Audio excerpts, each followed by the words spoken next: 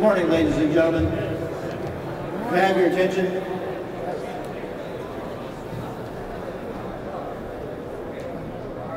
Thank you very much. I'm Bob Hurst, the President of the Florida United Numismatists, and I would very much like to welcome everyone here for this convention. We have about 2,000 dealers behind me and down the escalators waiting for you folks to go down there and spend some money.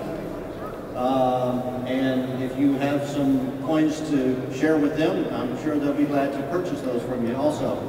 And we'll also give you some free advice and estimates on your valuables if you'd like to. These folks over to my right in the orange coats, they work all year long to make sure that this show is the premier show anywhere in the world. And when you go downstairs, you'll notice that our bourse floor is full. It's the largest show that the Florida United Numismatists has ever put on in its history. We've had more table sales than we've ever had. So the economy may look bad outside these doors, but in here, I think the economy is really good. Okay, there's a couple of things that I would like to do this morning before we get going. There's a presentation that I need to make, and this presentation is going to be going to the American Numismatic Association. And I'd like to call up the president of ANA, Mary Stupler, the executive director of ANA, Larry Shepard, and I'd also like to call up Mr. Clifford Mishler. Cliff Mishler is one of the board members at ANA. Last year, Cliff approached us and discussed a project that Fund jumped on. What we are doing is we're going to present the ANA with a check this morning and sponsor the counterfeit detection program, a seminar that they give at the ANA headquarters, and we're also going to sponsor the grading seminars at ANA. Cindy, you want to bring that check up? We're giving ANA $40,000 for this project.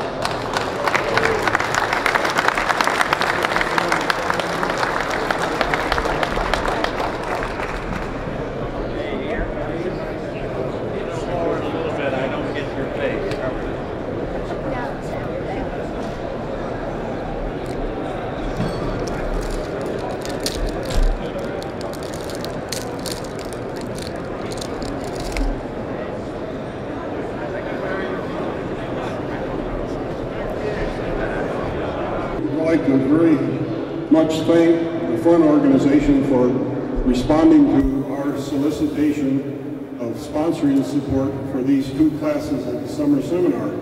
You know, over the years, the Fund organization has had many firsts, and this is the first sponsorship that we have where the summer seminar is concerned, and we're looking forward to developing this into an ongoing program which will guarantee the success of the summer seminar for years to come. And so, Bob, we thank you very much, and we thank the Fund Board for its consideration in responding to our solicitation.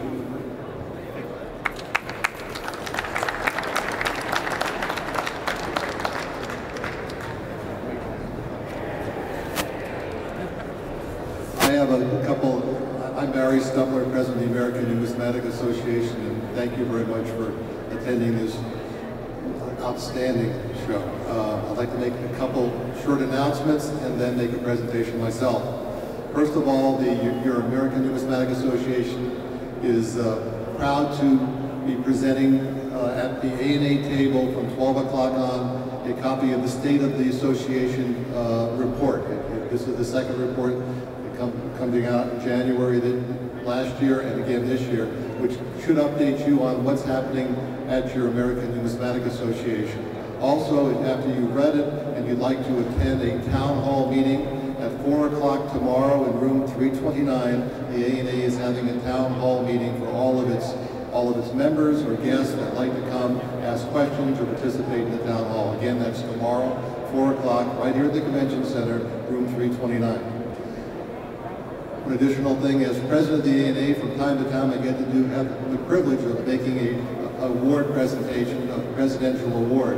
And today I'd like to make I'm going to be able to make a presentation award. Can I ask Cindy Wicker to come up here, please?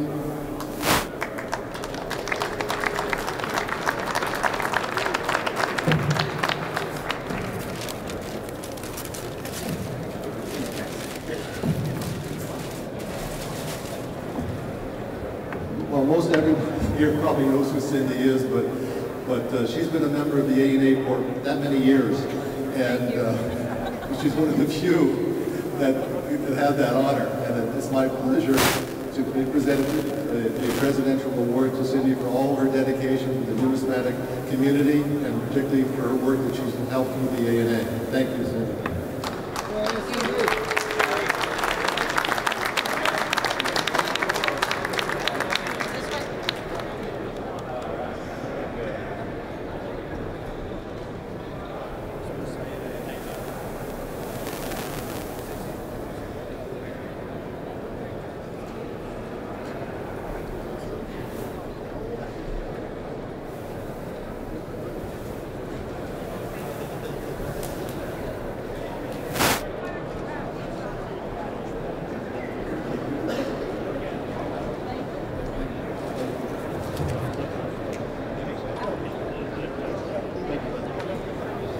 Okay, we have one other person that I would like to bring up to the podium. The fun show can never start without this next gentleman. He is a friend of every dealer. He's a friend of every person that has ever collected. He's a very close friend of mine, Anthony Swiatek.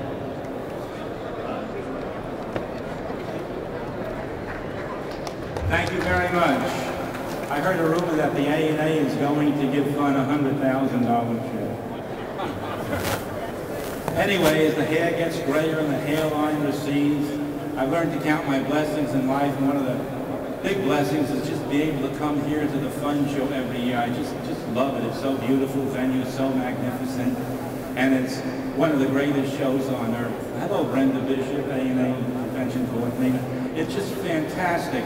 And what makes the show fantastic are these people here in the cachet orange jackets.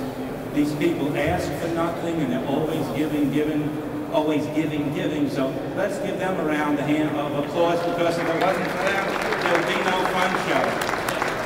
Anyway, God bless all, and make most of your wishes, or at least some of your wishes, come true in 2009. And I hope you have a great show and find what you're searching for. Thank you.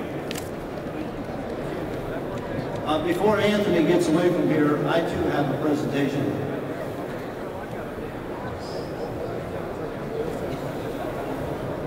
Anthony, come on back up here.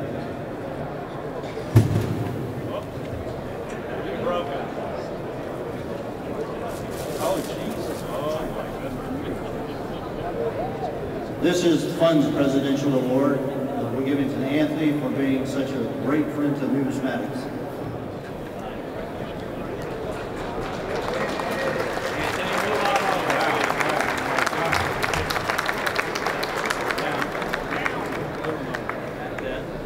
I'm speechless. I will say nothing else but a giant thank you. It reminds me of one of the big, what do we call those, the Disney properties. It looks fantastic. Thank you so much.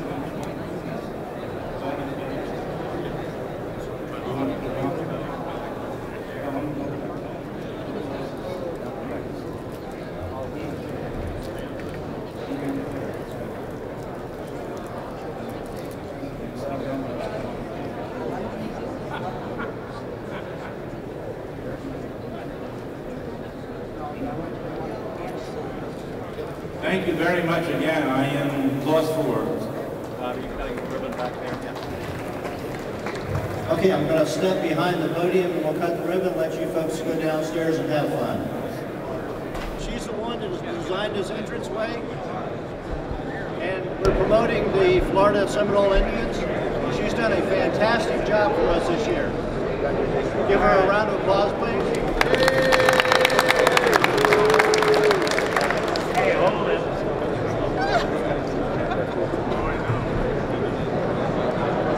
Down by the ribbon, yes. Is it good? Good.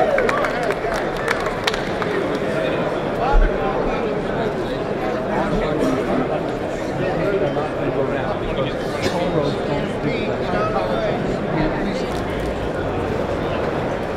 where you doing, bro? What table are you at? I'm in the back. Way back. Walk right past our here to say happy New Year. I was Bert? Hi, Bert. You're talking. Glad to meet you, Todd.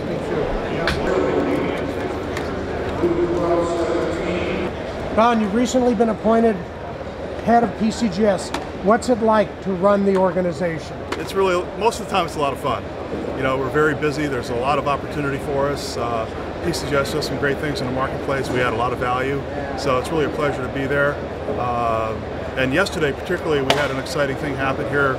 We received from the ANS a 1793 large cent NC5, the unique coin. We were very happy to get that down here, and we graded it immediately. It graded a PCGS AU58, and it's now on display here at the show. It'll be displayed as part of the Dan Holmes collection, which will be on display throughout the year. So you can go see that and enjoy it. It's the only complete large cent collection, in my understanding anyways, has every variety ever made. And what are some of your goals and objectives as president of PCGS? Well, number one, I want to listen to the customer. I think we can do a better job of that. You know, there's certainly some good programs that we've already implemented, like our Genuine service, which has been very well received. There's some other programs that we're working on doing right now. You know, we're trying to be a good customer service company, as well as maintain the integrity of our grading. So, you know, there's a lot of good things that are coming down the road for us. Well, best of luck.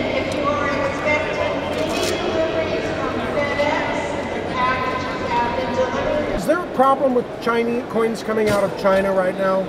There's a tremendous problem. In fact, we think it's one of the greatest problems the hobby has faced in the last at least half century. These are very dangerous counterfeits, and at this show we've shown them to experts who have been fooled by them. There are all levels of these things coming out, and basically we are warning people, do not buy coins from sellers in China. What's the best way to protect yourself or to find out if you think your coins are suspect? The first thing to do is to have a scale to weigh them. We know the weights of what genuine coins are. The other thing is to have equipment to measure them, to know the right diameter. If you are proficient and can check the specific gravity, that's another thing. But we have seen some that have the exact specifications of U.S. coins. In that regard, you need to look to see whether the coin really looks too new. That's one of the tip-offs that we've found, that the edges are really sharp. You don't find that in older U.S. coins, even uncirculated. But if there's any doubt, your best protection is one of the top-tier professional grading services that have some of the premier experts in counterfeit detection. Why are these coins being allowed to be made in China?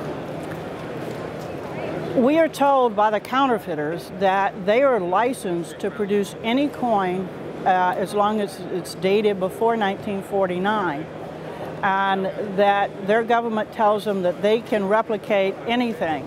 Of course, the U.S. government disagrees. It's against our counterfeiting laws because no U.S. coin has ever been demonetized. We have seen coins that they have produced that are dated after 1949. We have even seen Sacagawea dollars that they are producing. So they have a very different attitude. They say, we make it and we don't care what people do with them. Well, they threaten our hobby because creating confusion and people paying top-tier money for something and finding out that it's virtually worthless and it's illegal for a U.S. citizen to hold this material, we have a tremendous problem. How does one find out more? Well, we have a very good series posted at our website, www.coinworld.com. It's a three-part series that explains exactly what is happening. It also gives you diagnostics and we will be having continuing coverage. This is not a one-shot deal. This is a problem that the hobby-wide faces, and we will be covering this very promptly as we get information. Best of luck. Thanks for the work. Thank you. Terry, tell me about PhyzTrade. PhyzTrade is our website, owned and operated by Dylan Gage. It is an instant online real-time metals trading facility. You can be a registered user, log on, and get real-time metals quotes any time of the day or night. We have updates every 20 seconds, so it enables you to have immediate access to updated market information. Can anyone join PhyzTrade? Anyone can become a registered user of PhyzTrade, yes. The advantages are that you can access updated real-time metals quotes. You can actually place trades online, and it's a legal binding transaction just as if you were talking with a trader on the phone. We then ship the physical metal to whatever choice of address you want. PhyzTrade was created to give an market access to everyone and trading access to everyone. And actually it's an international platform as well, so we trade worldwide using this vehicle. We have dealer market information as well as retail market information, and it's an international trading platform as well. So anyone can buy and sell coins and bars in precious metals, gold, silver, and platinum at any time. If you'd like to join PhyzTrade, you would go to phiztrade.com, that's F-I-Z-T-R-A-D-E.com. On the home page, you will see a place that says, click here to register. It's literally as simple as that. You provide a limited amount of information. We respond to you with a login and a username, which you can then customize to your needs. But it's as simple as that. After that, you have immediate access to trading information. Okay, from there up is mine to here. Wayne, how are you finding the convention here? We have 2 booths and 6 people at the booths, and we've been busy at both. The booths are calling back and forth to see if they can spare one another, but so far we haven't been able to send help back and forth. Both of them have been busy throughout the show. But a lot of people are saying that the market is a little slow now from the recession. Are you feeling that yourself? We see things a little slower. For the items under $1,000, which is everything in the supply side, and a significant amount on the coin side, I really don't see any impact. I think the collector and the numismatist that's interested in items of that level seems to be going at full speed as he or she has before. For the items above $1,000, I do detect some slowness there. As a result of that, those items add up obviously a lot bigger at the end of the show. As a result of that, we will, I'm sure, see a smaller number for the show than we had last year.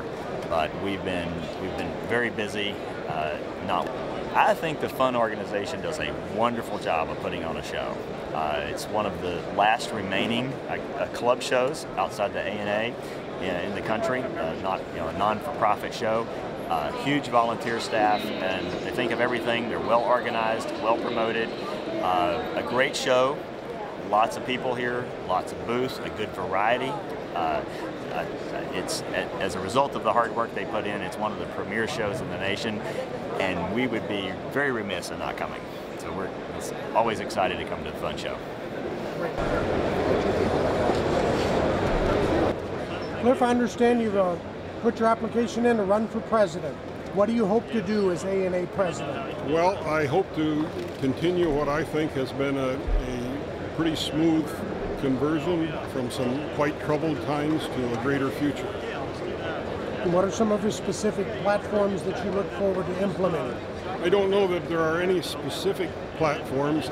It is my belief that as the organization changes, it must change through transition as opposed to revolution.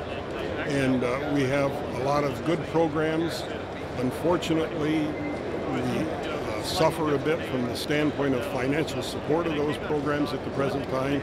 And so we must make certain that we use the funds that we have available and the assets that we have available very intelligently. And so we may have to change the focus of some of those programs a bit.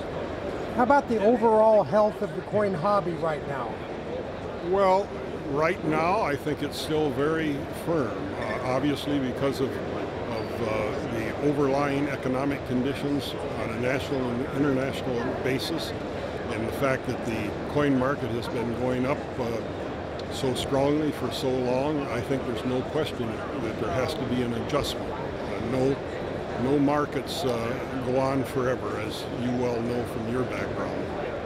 And how about, would you like to say who the team members you'd like to have on the board with you would be? Well, as specific individuals, no. I would say that all of my present fellow board members are running for re-election. I have no problem with any of those.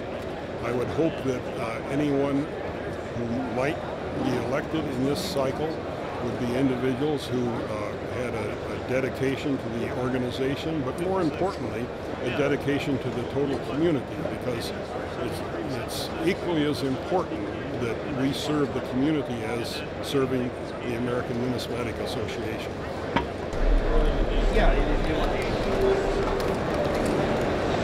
Fred, what's the market like right now? The market for us right now is still very good for the rarities. So anything that is among world-class rarities seems to not be a problem at all. We don't see, we see a weakness in the market on material that might be beginning level or where there's a lot of duplication out there, so we're not seeing buying by dealers for resale, things of that nature. But as far as the really good material, we don't see a problem with it. What we do see is we see some new buyers, and I think we're starting to see a shift to hard assets, which I think is important.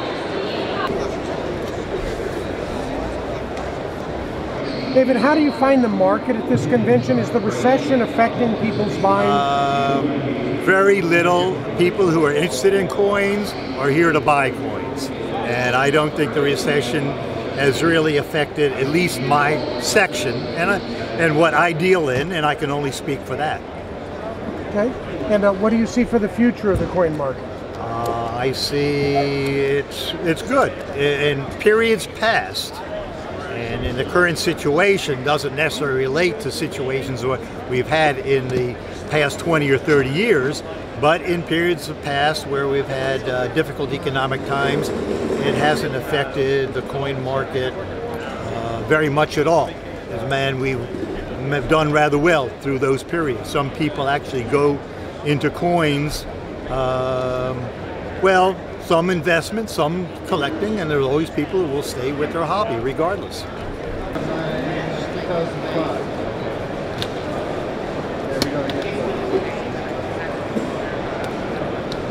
What's the best thing? Seeing all your friends, clearly. People I've known for years. I guess some of the earliest would be guys like John Wright or Dennis Loring, and people that I met later, Bob Grellman, for example, or Chris McCauley, Walter Husak. I was able to be at Walter's sale last year and actually got a few pieces. I'm going to be selling my own stuff this coming September, at least the early dates, and the advice I got from Walter has certainly been helpful. Tell me about what you've assembled now. Well, we have, on the early dates, large cents, we've got a set of Sheldon. As you know, most of the people collect according to Sheldon number, which was a book that he put out in 1948 and revised a number of times. And he attached numbers to most of the varieties, but not all of them. A few, he said, they were so rare, there were only one or two or three known. He said, this is crazy, you can't collect those. So he called those NCs, which meant not collectible. And today there's 302 Sheldon varieties, numbered 1 to 295, and then the way you get to 302 is there's some A's and B's occasionally.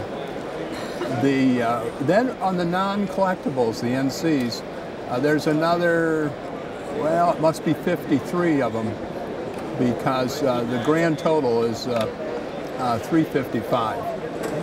And I've been very fortunate over the years. I started in 1974. I have 354 of the 355 varieties. And the one that's missing is a version of 1793, and it's called NC5. There's only one known. And back in the 1940s, George Clapp had that coin, and then he gave his coins to the American Numismatic Society in New York. Most people just call it A&S. And so that coin is in the A&S collection, and there's never been another one found. Only just one known, and it's a nice one. Most people call it a 45, and the color's nice. It doesn't have any damage. So I spoke with the executive director of A&S, Uda Württemberg, and asked her if we could borrow the coin. Would she lend it to us? And that way we would be able to display a complete set of early date coins. And that's never been done before. And she, at first she went nuts, but then after thinking about it, she worked out all the details, and the insurance is, and you might imagine it's a property of the museum, so they have to be very, very careful. And we were able to borrow the coin. It's here, and you can see it, and we've been showing it to people on the convention floor. I mean, it's not for sale, it's the property of A&S, and we have it, you know, as a result of their courtesy, but it's still neat to see that along with all the other varieties.